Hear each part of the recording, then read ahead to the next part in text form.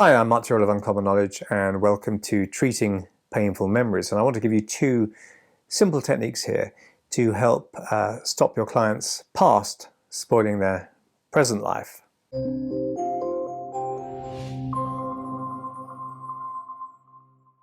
My client said to me, "I can't understand it, Mark." And Josh, my client, was shaking his head, and he said, "I'm pretty confident about life in general.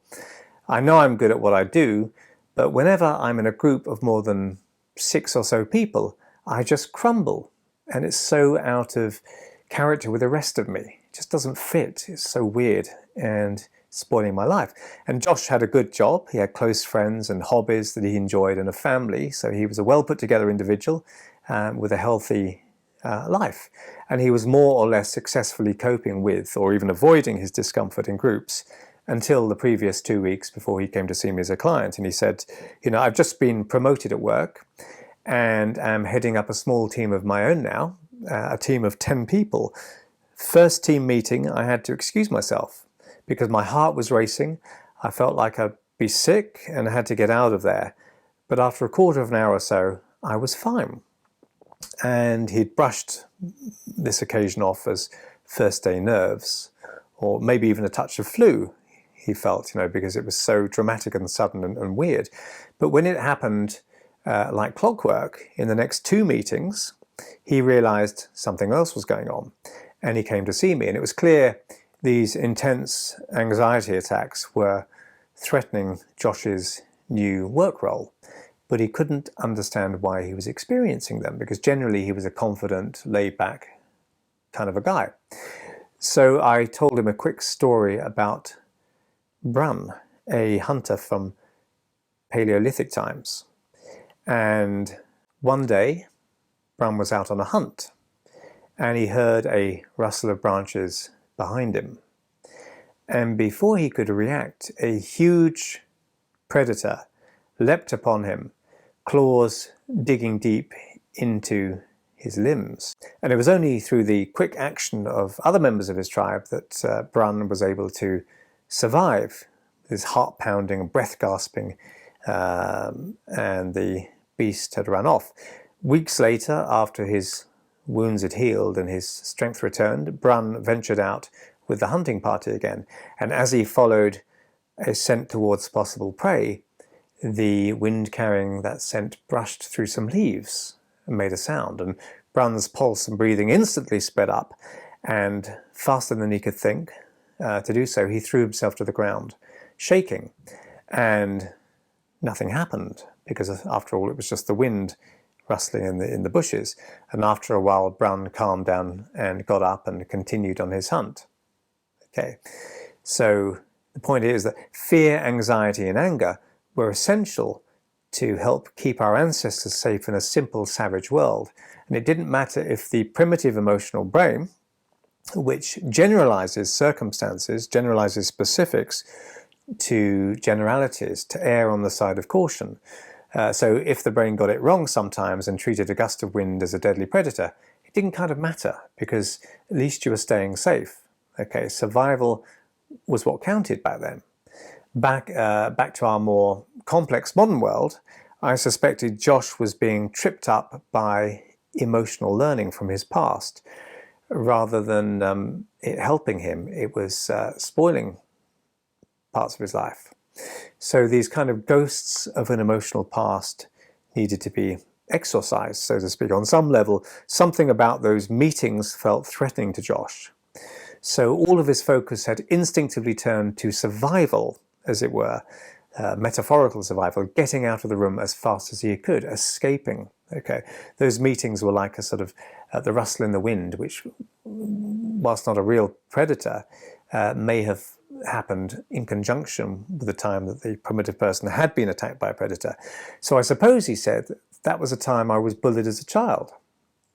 Does that make sense? I said, it certainly might make sense, And as we spoke about Josh's memory, it was clear he wasn't traumatized. Josh didn't have flashbacks or nightmares or feel too terrified to recount those times. It was more like a sub-threshold trauma. And in fact, he almost never thought about that time of being bullied.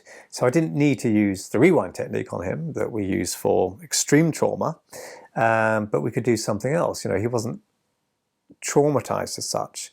Josh's past was troubling his present, but we could use some other techniques. So the first thing I did with him was the helping hand technique, which is familiar to many therapists. The helping hand technique, as the name suggests, asks the client to go back and give a helping hand to their past self so they can recontextualize the memory of that earlier time, and so the emotional conditioning will no longer function in the present. And there are 3 basic steps to doing this technique. So number 1, locate when the emotional learning took place.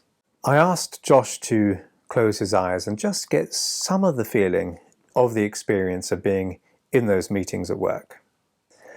Just some of the sense of that, what it feels like when he starts to feel anxious in those meetings at work, but just a sample of that feeling.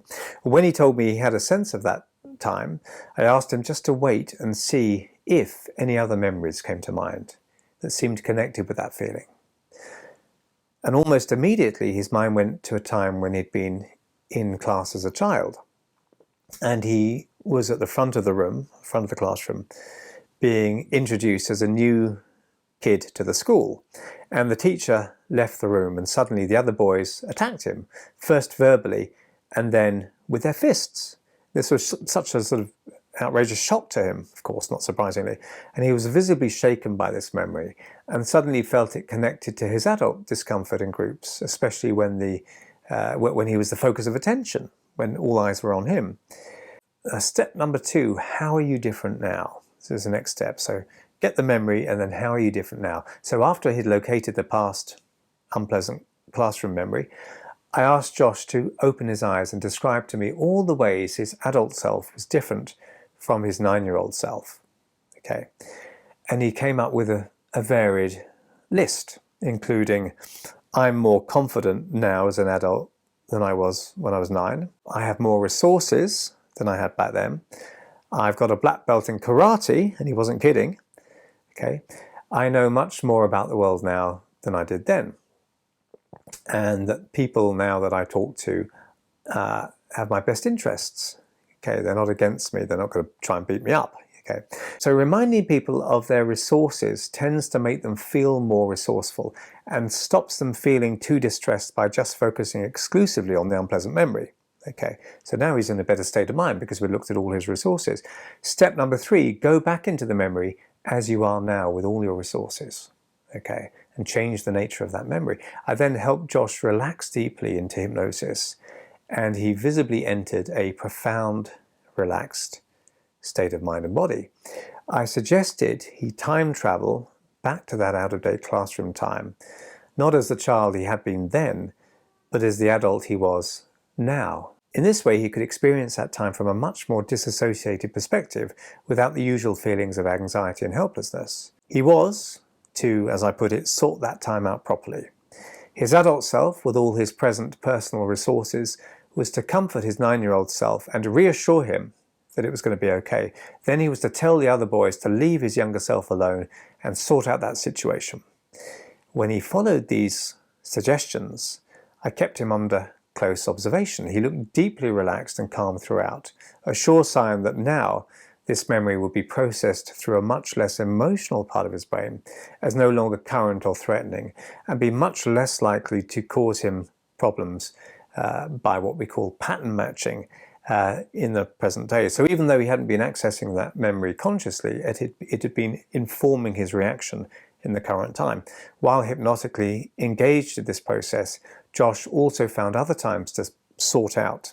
Okay, and this technique gave him a chance to get a sense of completing unfinished business from the past. Okay, sorting something out with all your adult resources and helping a younger, less empowered version of yourself can be an incredibly powerful way of helping someone. And later, when he opened his eyes again, he reported that he felt fine thinking about those childhood times now, and they really felt as if they've finally been put to bed, he said. I also got him to hypnotically rehearse feeling as confident, relaxed, and comfortable in groups as an adult as he should have been all along. Now there's another technique we can use called the sealed envelope technique. Now in a study carried out in 2010, researchers asked the subjects to write down something unpleasant from the past, such as a decision they deeply regretted, something like that, or an embarrassing or humiliating time. Students in the study who sealed their written accounts of loss or regret inside an envelope reported feeling much less troubled by these memories than students who had just written them down but not sealed them in envelopes. Okay, this is quite a startling finding. So according to this research, if something's troubling you, write it down, put it in an envelope and seal it, and doing so will help bring you psychological closure. It's almost like we're turning the emotion, the feeling, into something objective or object-like.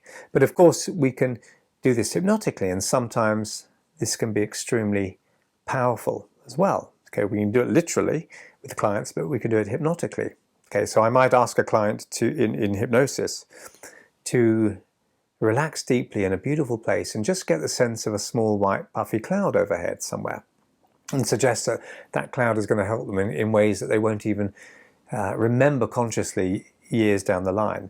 Then ask them to notice that cloud darken as all the negative feelings from some past event transmit from the mind of the person up into that cloud. Okay, and eventually they can watch the cloud drift away and maybe begin to rain out all the past hurt on a far distant spot. Perhaps even see a rainbow form in the sky as that rain comes down. And maybe that rain will even nourish flowers and plants in some far distant place. Okay, so the past showers bring future flowers. Or I might suggest that hypnotically watch the rain from all those past negative feelings, helping to irrigate dry land to be able to produce new, healthy life in future. So this reframes the past experience as something that paradoxically may help things in the future. Okay, and we're also separating them off from that past time so that it becomes more narrative and separate from who they are as an individual. Or we might hypnotically ask someone to seal away any old feelings they no longer need in a secret, secure, safe box, okay, in their mind, or perhaps hypnotically getting them to bury it deep within the ground. Okay, it's still there, they know where it is, but it's compartmentalized. They don't need to go and look at there, you know. Of course, we can do this alongside literally asking someone to write about troubling memories and seal them away in an envelope, just as the researchers had done in the study. Sometimes I'll get a client to write something down and leave it with me, and I'll keep it safe for them so that they no longer have to think about it anymore. So moving calmly into the future, you know, a few months after my session with Josh, I ran into him, not in the car, but just in the store. And during our chat, I asked him how things were at work. And he said, "Oh, they're fantastic. That team I head up at work has just won an award for efficiency. And the other day, my colleague commented on how calm and confident I seem in meetings." So things had evidently got so much better for him. And this one part of his life had joined the rest of who he was, if you like. He also told me that, with a grin on his face, that he'd started actively participating in group social activities at work and so forth as well. And it was obvious that the frightened 9-year-old Josh now stayed where he needed to, which was well in the past. So I hope you found that useful, and if you did, please hit like and subscribe, and if you want to hear when my next video is published, hit the notification bell below. I'm Mark Tyrrell of Uncommon Knowledge, and if you'd like to subscribe to my email newsletter, you can find it over at unk.com/blog. That's unk.com/blog, and thanks for watching.